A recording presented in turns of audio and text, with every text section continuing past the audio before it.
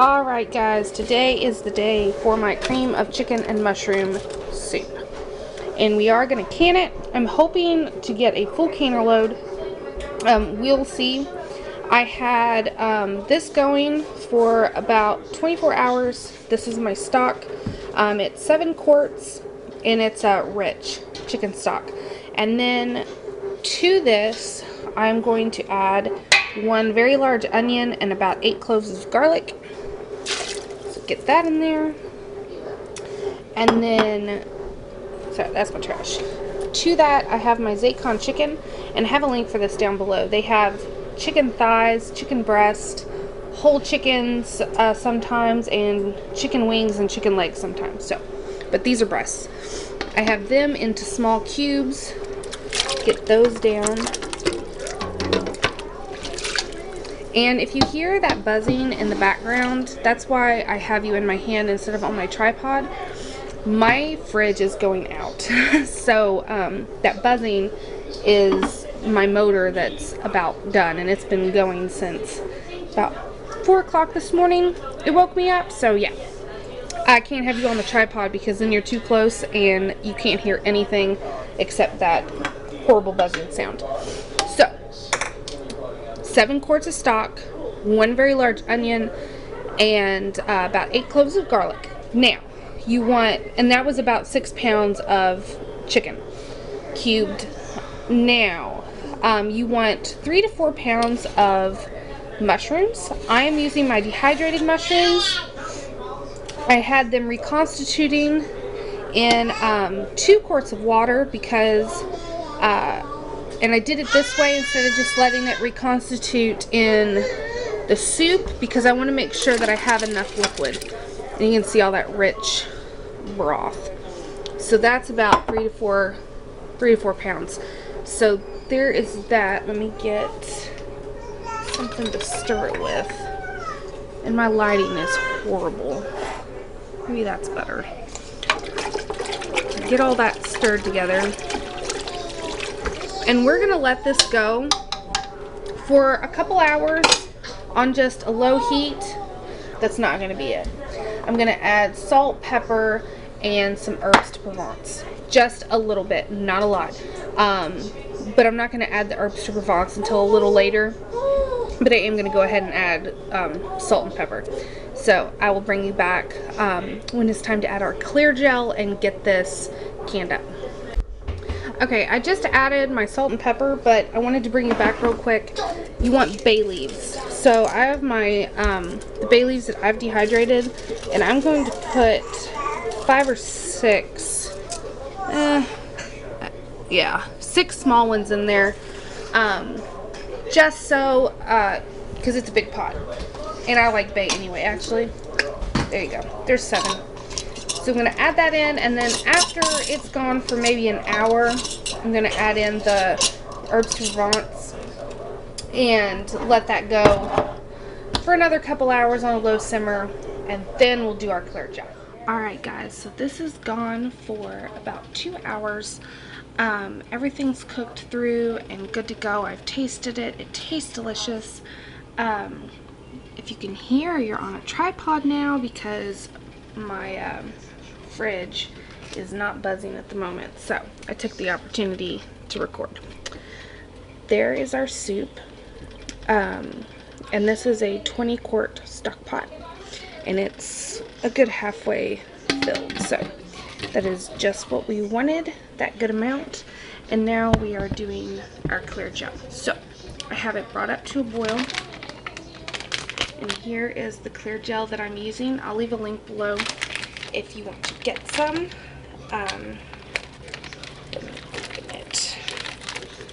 We are going to do, for this amount, I'm going to do a half a cup of this and make a slurry.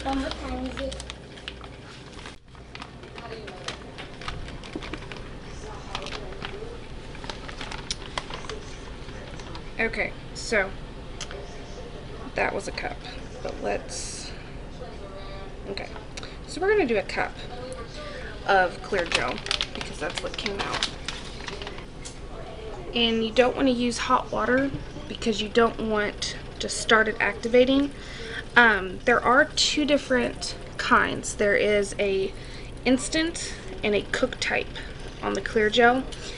This is the cook type. It's the only kind that I have dealt with because I don't want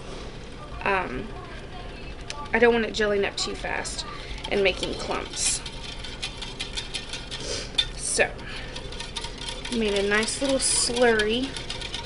You also don't want your soup to be too thick because you don't want to worry about the integrity during the canning process. You don't want it too thick, but we won't have that problem. Okay, so that's good to go. So we'll pour it in our soup, and then we're gonna let that come back up to a boil.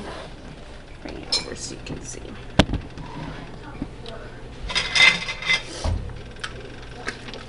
Stir that in, bring it back up to a boil, and once we see our soup starting to thicken, then I'll turn off the heat and put my canner here and get my jar started. It should only take a couple minutes for it to start gelling up.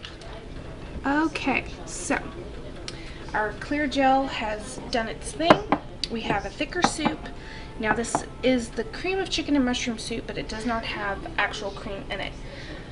I just like to thicken it a little, and then I will add cream when I open up the jar. And it's just, it is so good. So, you want an inch of headspace, and then this will go for 75 minutes in a pressure canner. You cannot water bath can this.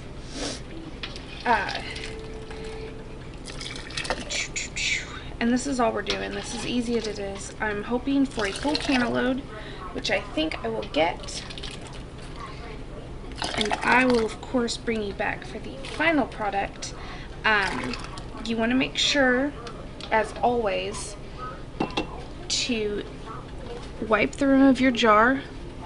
I use white vinegar. Make sure there's nothing that's going to compromise your seal. Get you a lid that's been in hot water and your ring. And whew, that's hot. And make sure your jars are sterilized too. I always have sterilized jars, but let me bring it up. There is our soup. And you can see the mushrooms and the chicken. Ah, that just looks so good. And you don't have to use this as just like for recipes. You can just eat this out of the jar. That is delicious too. So I will bring you back when we are done. Alright, so I know you can hear my fridge again. It started back up. But these are my 18 pints that I got from that big pot of soup that I did. And they are gorgeous. All of them sealed. And there they are.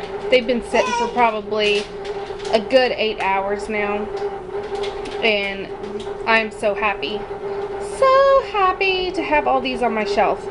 So I hope you guys enjoyed this video, and I hope that it encourages you to put some food in your pantry that you make yourself, and you will not be sorry. This stuff is so much better than the store-bought, and then on top of that, you know exactly what went into this. There's no preservatives, there's no nothing. So until next time, guys, thanks for watching.